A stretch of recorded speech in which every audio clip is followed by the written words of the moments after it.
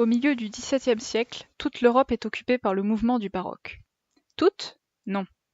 Un pays, peuplé d'irréductibles Français, résiste encore et toujours à la mode continentale.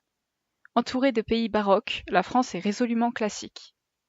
Le roi Louis XIV, surnommé le roi Soleil pour sa grande humilité, cherche à tout contrôler et décide d'utiliser l'art pour que son peuple l'aime et ne lui coupe forcément pas la tête.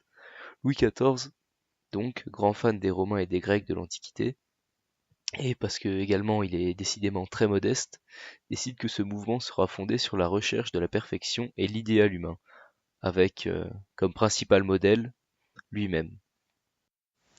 Le monarque décide de se construire un palais à la hauteur de sa grandeur.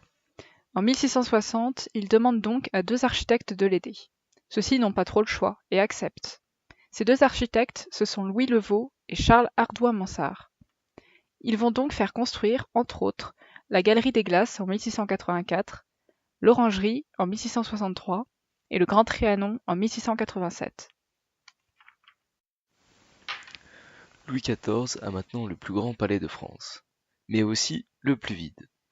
Il va donc commander de nombreux tableaux à un peintre de l'époque, Nicolas Poussin.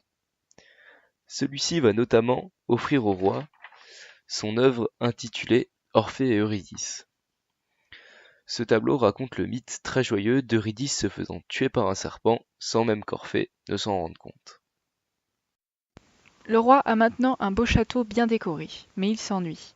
Il décide donc d'embaucher un jeune dramaturge du nom de Jean-Baptiste Poquelin, et qui trouvait son nom tellement moche qu'il se faisait appeler Molière.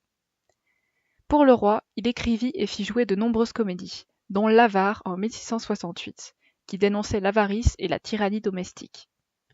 Le roi dut s'y reconnaître, puisqu'il apprécia beaucoup la pièce. Le roi était enfin satisfait. Tout était parfait.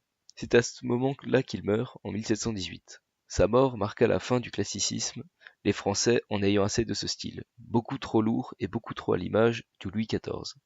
C'est donc la naissance du rococo.